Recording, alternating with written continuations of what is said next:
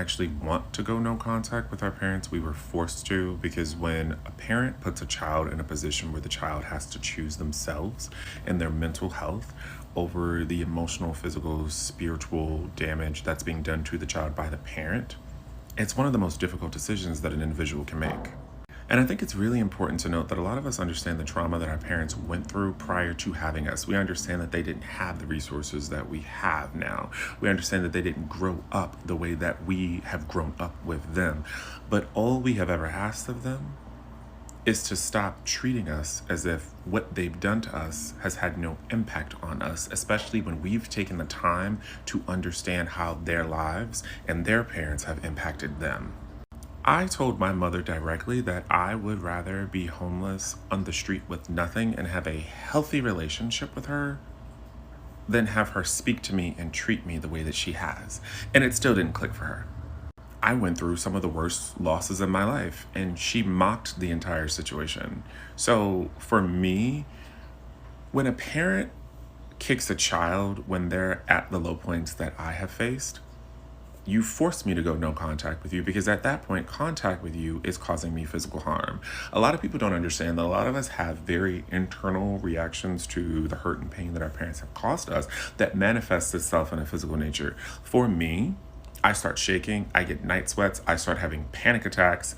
It affects me to the point where I can't even mentally focus. And this has shown up in a plethora of my relationships, romantic relationships with partners who mirrored behavior of my parents, specifically my mother and my father. Well, yeah, those are my parents. I mean, I don't claim them. Anyway, what I'm saying is people have to push a lot of us to the point of no contact, because a lot of us want those very relationships that you guys are telling us that we need. That's your mom, that's your dad, that's your husband, that's your sister, that's your auntie, that's your uncle. Okay, and who am I?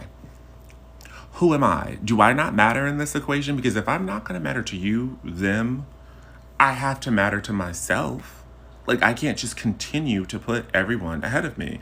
And that's why a lot of us have chosen to go no contact. Now let's talk about what happens before the no contact situation. As someone that actually went no contact with my mother, and it had to happen, like a lot of years had to pass before I could actually make the decision. I want to talk behind the curtain, like what happens behind the whole situation, okay? The reality of this is that it takes a lot of years. We don't want to do it. We don't want to cut contact. We do not want to do that. But we think that in a way it's going to get better. We think that in a way, okay, that person's going to change. That person's going to change. But then in the end, it doesn't. It doesn't change. And it makes us feel like we're just wasting our time. It makes us feel like it actually gets worse. It actually gets worse. The person, as time goes by and they become older and older and older, it starts to get worse.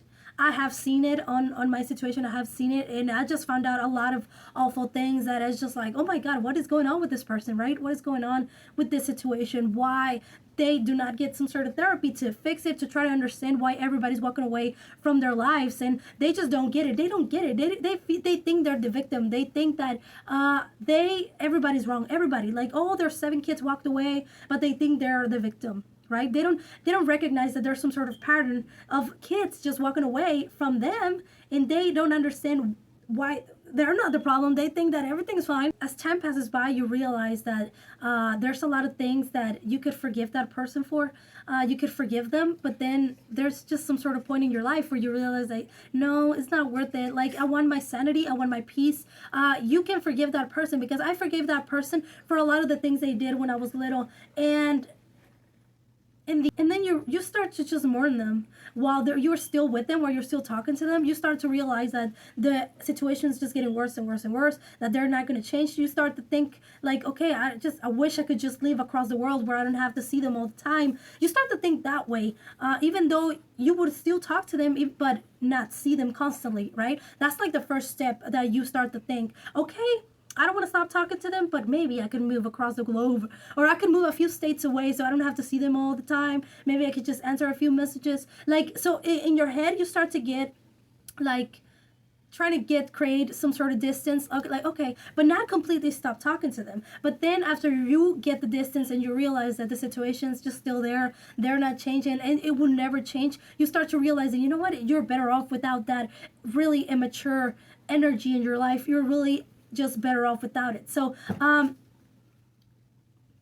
you start to mourn them in real life. You start to mourn them as if that person is not going to be no longer part of your life. So you start to be like, you know what, I need to get this out of my way, out of this feeling. So whenever I do walk away, whenever I'm ready to walk away and go no contact, everything will be fine. So the situation that led to me just going no contact, it was a whole drama. It was a whole drama situation that was happening.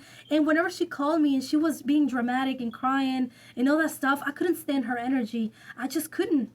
I heard that and I was like, oh no, I can't do this. I can't do this. So I wouldn't even respond to the messages. I wouldn't even respond to nothing. Like I just stayed. Like I just stayed looking at the phone and I'm like, I don't want this in my life. What the hell is this? Why is she being so dramatic? What is this situation? So I didn't answer for a couple of days after those calls. Or I answered, but I was annoyed. I was basically annoyed. I answered, like the last time I was like, ugh, I need this to stop. So I answered a little bit and I was like, yeah, okay, hang up. And then I just stopped. I was like, I don't want to. A week passed and I didn't want to talk. I just didn't, my heart was not ready for that. Like I don't want to. So what was happening in that situation is that my energy just couldn't take it no more. I would see the name, I would see a message, I would see a call, and I would just get all tense. And that's when I decided that, you know what, I don't need this shit. So I just stopped answering. And whenever she confronted me in text messages because I wouldn't answer, I was like, you know what, I can't do this no more, blah, blah. And then that's it. She stopped sending me messages after that, and I stopped sending her messages after that, and that was it. But my energy was just, I would get panic attacks. Like I would get panic attacks from being near her because all she would do was yell and yell and yell. And then she started to push me and then she started to kick me. Sometimes she would like go and kick me. Hey, I'm an adult woman. I have a 10-year-old kid. Like, why, right? Why? And there were times where she would just like, there were some arguments or something and she pushed me.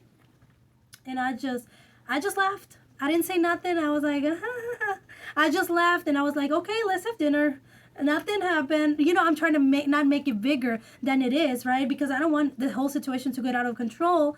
I was still living in her house because I went through a divorce, a separation, and she took me in with my kid and everything was unbearable. It was so freaking unbearable.